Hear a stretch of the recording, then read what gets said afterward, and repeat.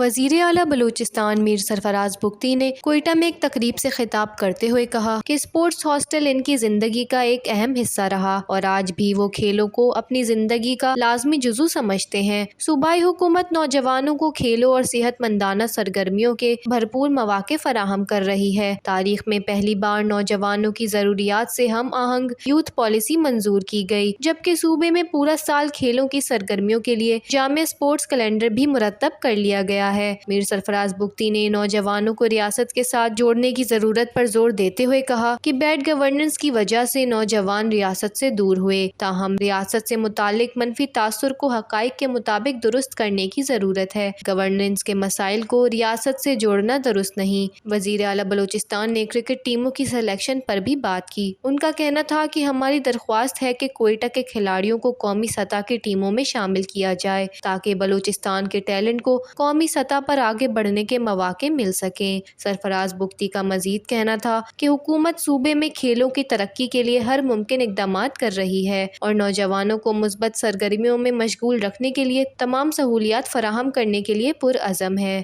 وش news, Quetta, Balochistan.